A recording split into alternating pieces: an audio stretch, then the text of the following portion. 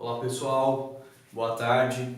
Vamos aqui para a gente encerrar constitucional. Eu quero rever com vocês rapidamente a última parte da revisão que a gente fez ontem, que eu não gostei muito no final, estava já cansado, acabou ficando um pouco confuso, então eu quero esclarecer o máximo possível para vocês a questão da desincompatibilização e da inelegibilidade pelo grau de parentesco.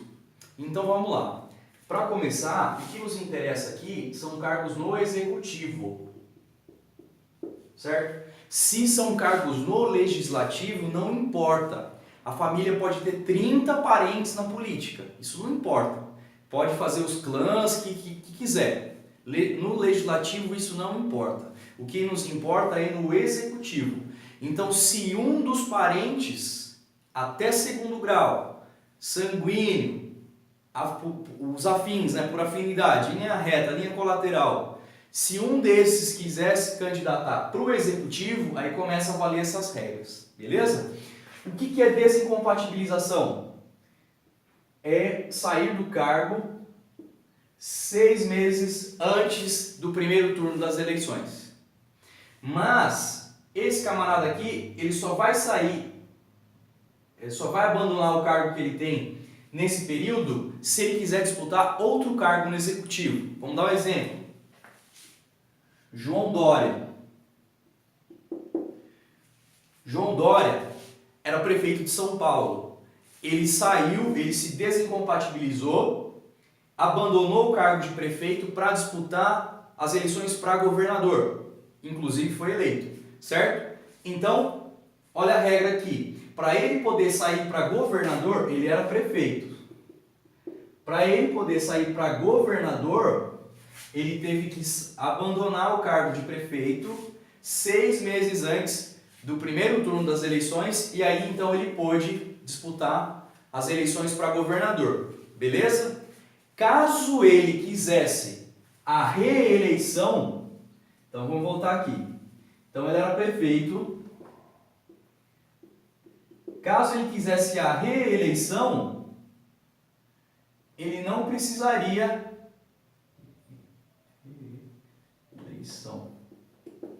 Caso ele quisesse a reeleição, ele não precisaria abandonar o cargo. Beleza? Ficou claro aqui? Então a gente vai agora mais para frente. O Alckmin é a mesma coisa. Alckmin era governador do estado de São Paulo, ele se desincompatibilizou, saiu do cargo para disputar para presidente. Por que ele precisa se desincompatibilizar? Porque ele quer disputar outro cargo no executivo. Se for candidato à reeleição, ele não precisa sair do cargo. É o caso, por exemplo, do Márcio França. O Márcio França é o atual governador de São Paulo. Ele disputou a reeleição, só que ele continuou no cargo. Ele não precisou sair do cargo, certo? Então agora, vamos entender qual é a lógica dessa questão aqui do impedimento dos parentes disputarem as eleições. Vamos lá. Vamos usar o exemplo do estado de São Paulo, governo de São Paulo. Então, o João Dória, ele foi eleito governador e ele se candidatou e a esposa, eu vou usar o exemplo da esposa aqui, mas para ficar mais fácil, mas representa todos os parentes até segundo grau que a gente já conversou, né, nos vídeos anteriores, que estão impedidos. Então, a sua esposa não se candidatou, certo? Então o Dória se candidatou para governador e ganhou, a sua esposa não. O que acontece? Daqui 4 anos, se o Dória quiser disputar a reeleição, ou se ele quiser disputar o cargo de presidente da República, a sua esposa estará impedida. A sua esposa e os seus parentes até segundo grau. Até os avós, até os netos, até os irmãos. Até os avós do cônjuge, os netos do cônjuge e os irmãos do cônjuge, beleza? Até segundo grau. Então, a esposa dele não poderá disputar nenhum cargo para prefeito, para prefeita no caso, né? Ou deputada estadual, ou vereadora. no estado de São Paulo. A vedação aqui é na jurisdição do governo do estado de São Paulo. Porque presume-se que o governador ele tem muita influência política no estado. Caso a sua esposa queira sair para governadora do Rio de Janeiro, não tem problema nenhum. Caso a esposa queira sair para presidente da República, não tem problema nenhum. Certo? O impedimento dos parentes até segundo grau é no local aonde ele tem jurisdição. No caso, o estado de São Paulo. Então, se ela quiser também para deputada federal, não tem problema. Então, a primeira coisa que a gente precisa ver aqui, que vai servir para os outros exemplos que eu vou dar, é o seguinte. Quando Dória se candidatou a reeleição, né? A reeleição não, ele se candidatou para outro cargo, então ele saiu do seu cargo e se candidatou para outro cargo. Quando ele se candidatou, os seus parentes tinham que se candidatar juntos.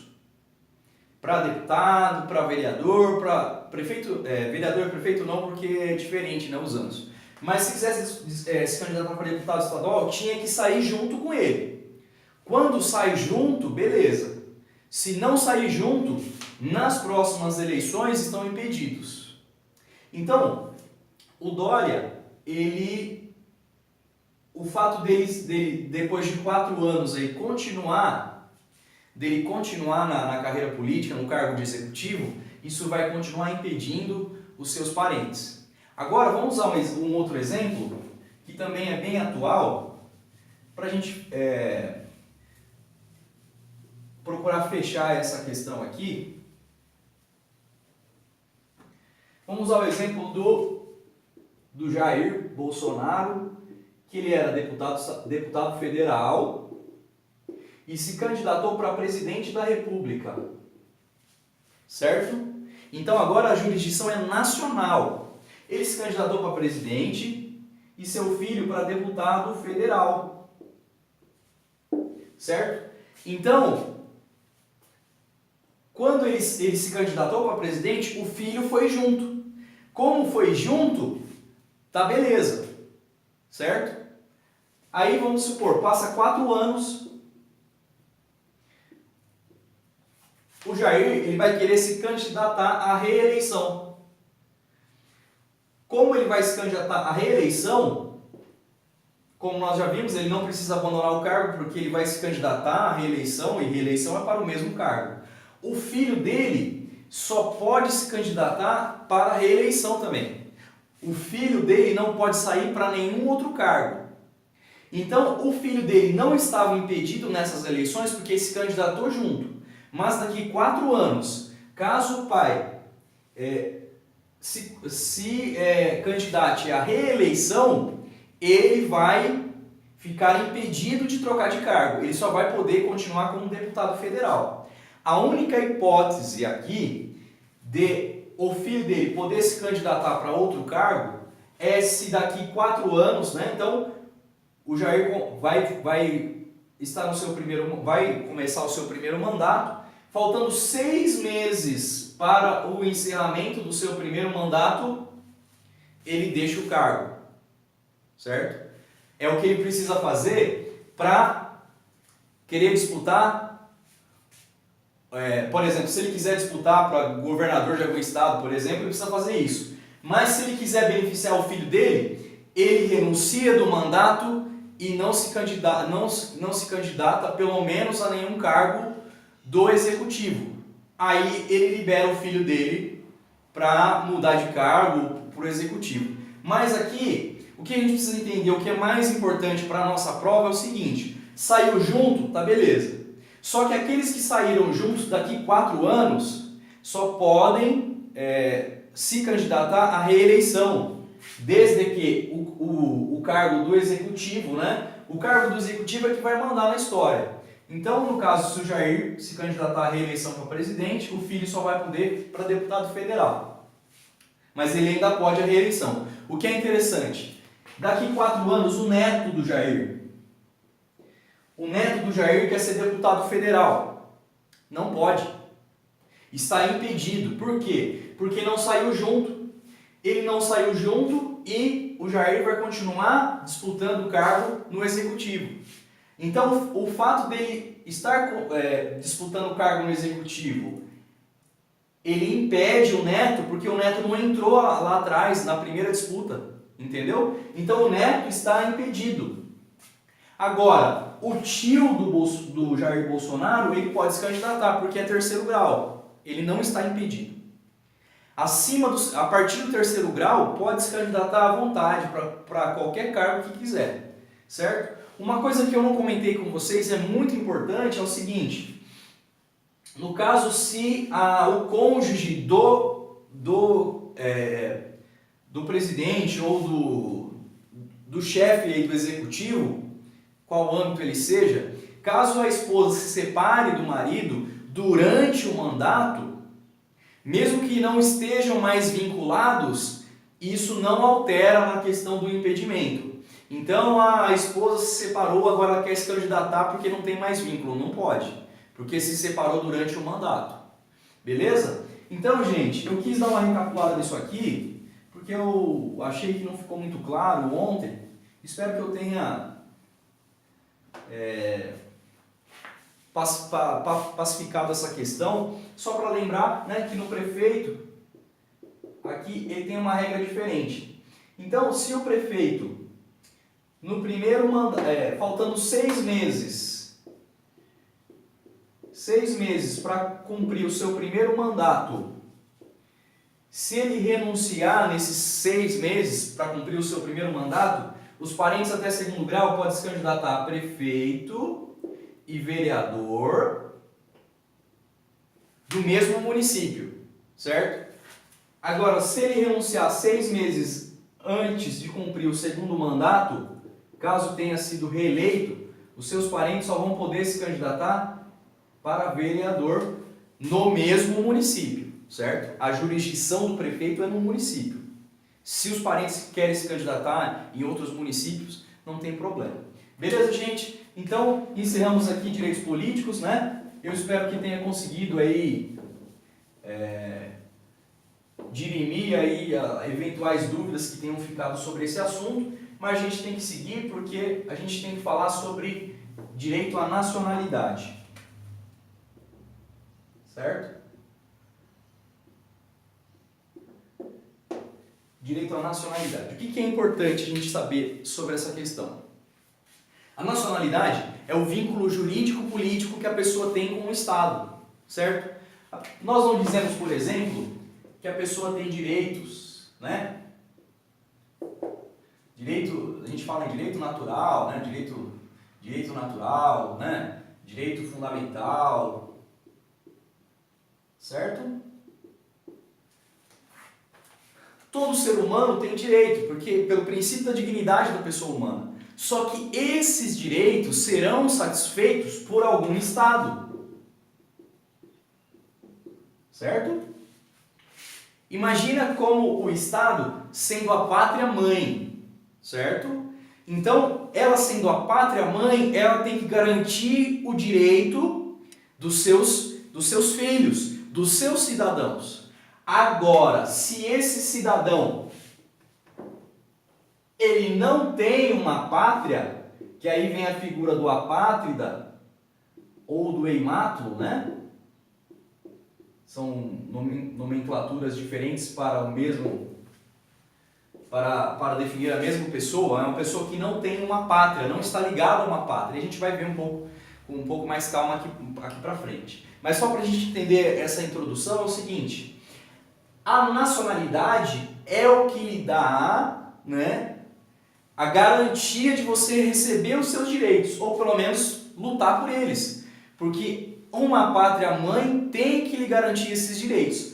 Agora, se a pessoa não tem essa nacionalidade com nenhum Estado, não tem esse vínculo com nenhum Estado, ele fica à mercê, ele fica à margem da sociedade, porque nenhum Estado tem a obrigação de lhe prestar nenhum auxílio, certo? Então essa é a importância da nacionalidade, beleza? E a gente vai ver agora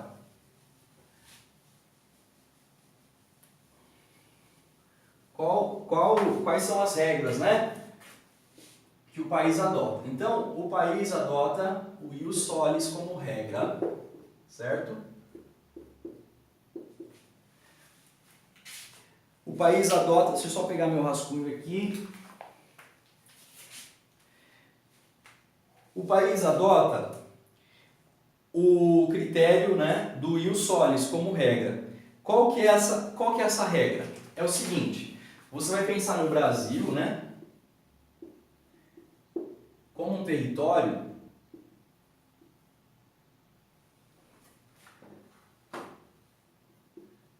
só que você vai pensar como um território o mais amplo possível.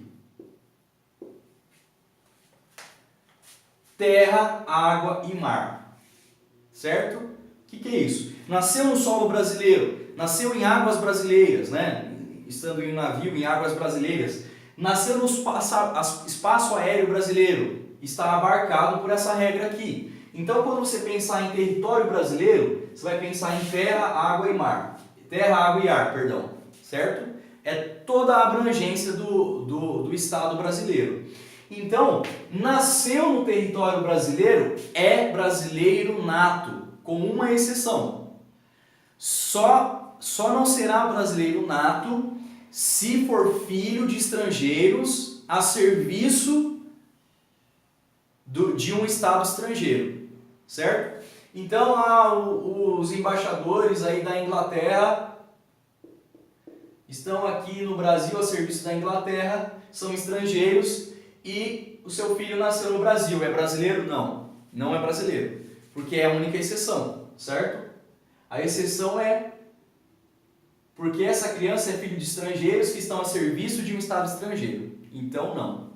Mas, em todo caso, em regra, nasceu no território brasileiro, o mais amplo possível, é brasileiro. Então, essa é a primeira regra aqui, né, do ius solis. Deixa eu só ver aqui. Então, os nascidos aqui, né, o artigo 12 aí para o inciso 1º, os nascidos na República Federativa do Brasil, ainda que de pais estrangeiros, desde que estes não estejam a serviço do seu país. Então é a exceção que eu falei. Pode os pais serem estrangeiros, só não podem estar a serviço de um Estado estrangeiro. Aí tem a questão do ius sanguinis, que é usado no Brasil como exceção. Isso aqui é bem tranquilo, tá? Só para a gente relembrar mesmo, para fixar um pouco mais. Então, primeira regra do ius solis. Nasceu no território brasileiro, é brasileiro nato. Certo? Aí é o seguinte, um brasileiro foi morar na Inglaterra. Casou com uma estrangeira. O filho nasceu lá, é brasileiro. Por quê? Porque é filho de brasileiro. Pode nascer em qualquer lugar do mundo. Sendo filho de brasileiro, é brasileiro nato, certo? Aí, o que acontece? Esse segundo caso, dessa criança que nasceu, né? Vou colocar aqui, que nasceu no estrangeiro.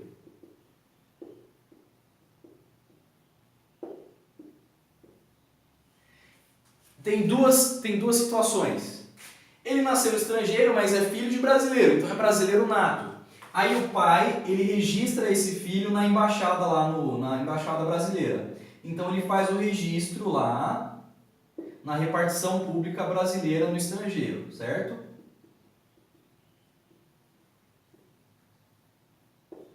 Então ele faz ou ele não faz.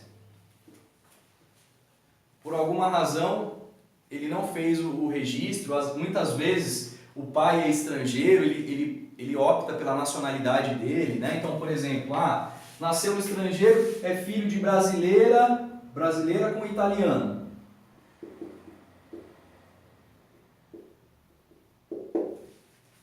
Brasileira com italiano. E aí, tem a hipótese da brasileira ir lá, registrou o filho na repartição pública do Brasil no estrangeiro. Ele vai receber uma certidão de nascimento provisória, certo? Ele vai receber uma certidão de nascimento provisória. Por quê?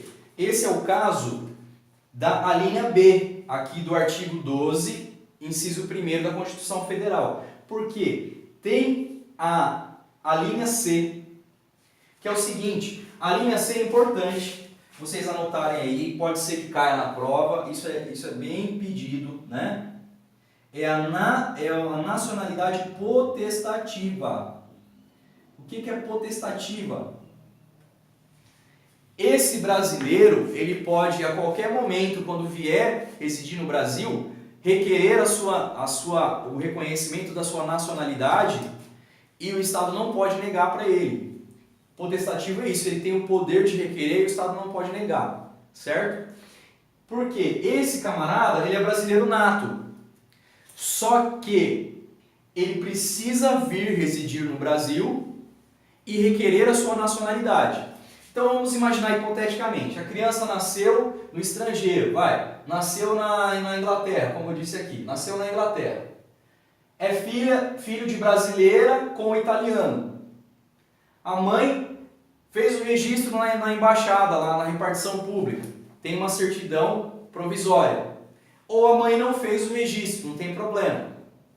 Caso tenha feito o registro ou não tenha feito o registro, de qualquer maneira, precisa vir ao Brasil para pegar a certidão definitiva.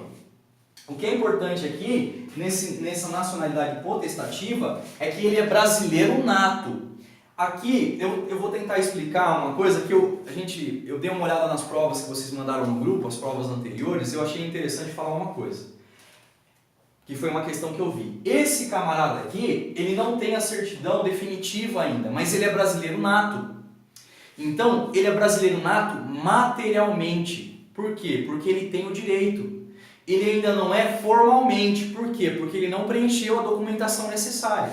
Mas ele é brasileiro nato. E a qualquer momento que ele venha residir no Brasil e ele requeira esse reconhecimento da sua nacionalidade, não vai ser negado para ele. Então não tenha dúvidas, esse camarada aqui é brasileiro nato. O que acontece é que ele formalmente não está de acordo, não está adequado, né, com os requisitos legais. Por quê? O que acontece? Esse camarada ele vai ter que entrar com uma ação, né? Ele vai ter que entrar com uma ação de ação declaratória, né, de nacionalidade brasileira. Ele vai ter que entrar com uma ação declaratória. Essa ação aqui é obrigatória. Ele de qualquer maneira tem que entrar com essa ação. Beleza? Aqui, ó, agora a gente vai entender, né? E eu vou falar os princípios aqui.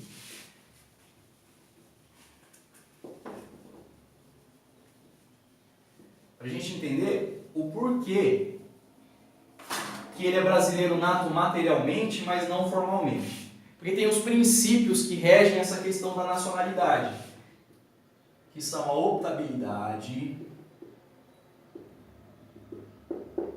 a inconstrangibilidade,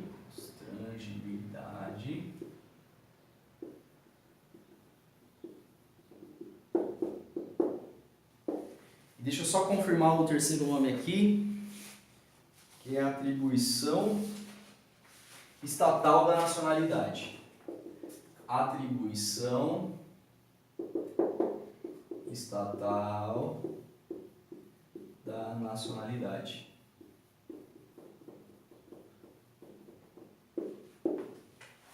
Certo? O que é essa optabilidade? Aqui entra o exemplo do nato potestativo.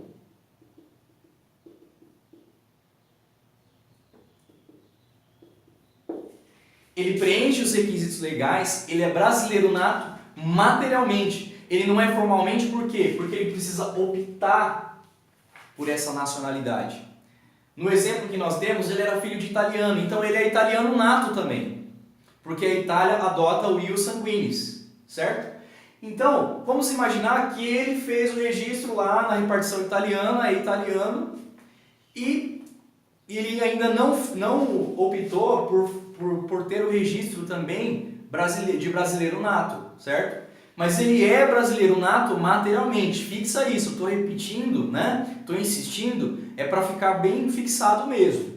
Ele é brasileiro nato materialmente, ele não é formalmente, por quê? Porque ele ainda não requereu a sua documentação, a sua regularização. E ele só não é formalmente porque ele precisa optar e porque o Estado não pode constrangê-lo, certo?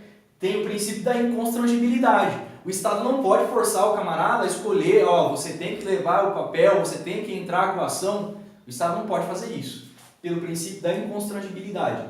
E tem o princípio da atribuição estatal da nacionalidade. Isso aqui é bem tranquilo. É o seguinte, cada Estado ele é soberano. Ele manda em seu território. Ele estabelece as regras que quiser, certo? Então, o Estado não vai forçar ninguém não vai constranger ninguém a adquirir a nacionalidade de seu Estado. Porém, ele estabelece as regras que ele quiser, certo? Isso é fruto da soberania. Me lembra aqui agora o caso que o professor comentou do presidente Trump dos Estados Unidos, que os mexicanos atravessam a fronteira de forma irregular, né? Mulheres grávidas, o filho nasce em solo americano, aí eles têm também a regra do ius solis, né? Nasceu em solo americano, é americano. Só que aí o Trump, ele está querendo mudar, ou já mudou, nesse sentido o professor comentou, que como entrou de forma irregular no país, não vai ter o direito à nacionalidade, certo? Não vai ser americano nato mais. Por que ele pode fazer isso? Independendo da discussão se é moral, se não é, se é humanitário, se não é. A questão aqui é a nacionalidade. Ele pode fazer isso, né? O Estado americano pode fazer isso porque ele que estabelece as regras de atribuição de nacionalidade por uma questão de soberania. Beleza? Então esses princípios aqui são bem tranquilos, né? Muito tranquilo essa matéria aqui de nacionalidade, sem muita dificuldade. Lembrando aqui que tem o ius labor, que é outro critério também de atribuição de nacionalidade, que é comum, por exemplo, o jogador de futebol que vai jogar fora do país, passa anos jogando naquele país, ele requer a nacionalidade pelo ius labor. O Brasil adota isso aqui em alguns casos, a gente vai ver mais pra frente, certo? Então, nós vimos aqui a questão, né, dos princípios, né? Vimos também a questão dos critérios utilizados. Agora nós vamos ver, deixa eu achar aqui, tem, que eu não comentei aqui,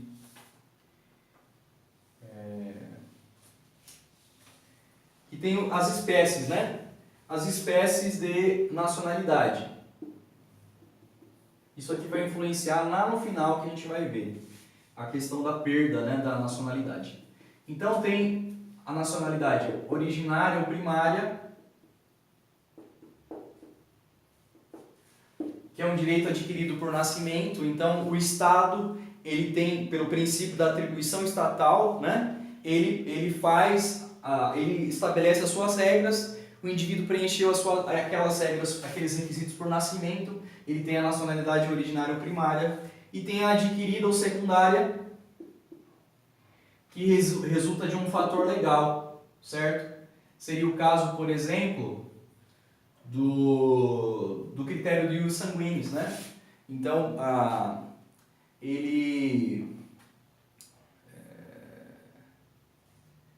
Perdão, aqui eu falei errado. Ius sanguinis ius sanguinis é no caso de brasileiro nato.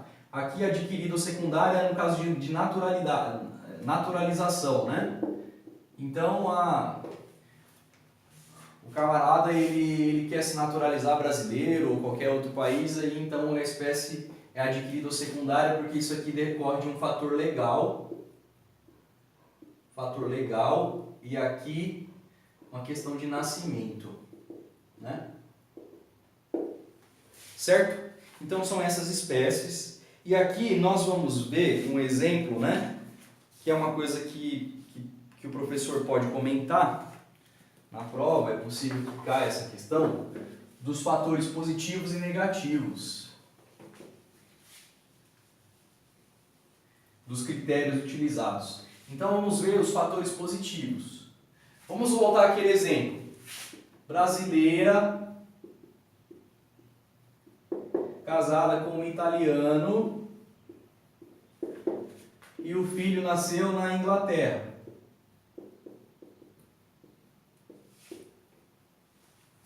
Certo?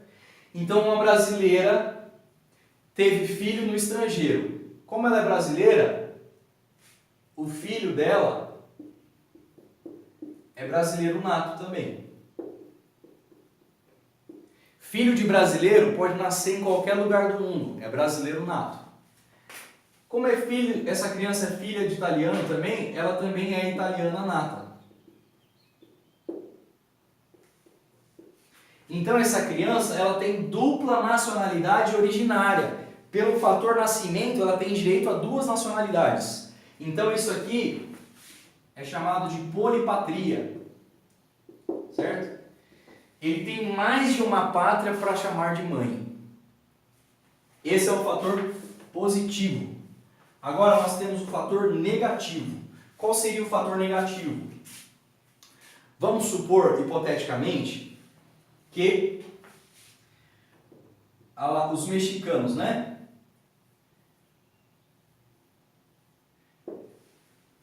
Mexicanos, eles entraram lá nos Estados Unidos com essa nova regra agora.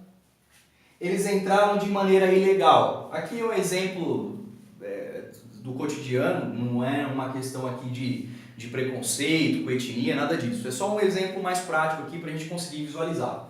Então, eles entraram lá nos Estados Unidos de forma ilegal e a criança nasceu nos Estados Unidos. Certo? O que acontece? Deixa eu dar um exemplo de brasileiro aqui que vai ficar mais fácil, porque eu não sei a regra dos mexicanos lá. Vamos falar do Brasil.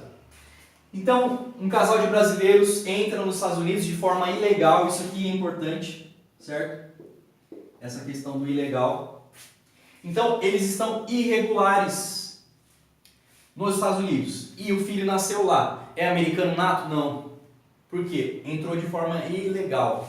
O Trump mudou essa regra para justamente inibir as mulheres grávidas de atravessarem em solo americano, porque aí o filho nascia no solo americano, era americano nato, não podia ser extraditado e a mãe também ficava junto para poder cuidar do nenê. Então, para evitar esse tipo de coisa, ele mudou a regra. Então, essa criança ela não tem a nacionalidade americana, só que ela ainda é filha de brasileiro, certo? Só que os pais estão de maneira ilegal nos Estados Unidos. Então, eles não vão procurar a embaixada lá. Eles podem até procurar a embaixada brasileira. Se eles procurarem a embaixada brasileira, vão fazer o registro da criança.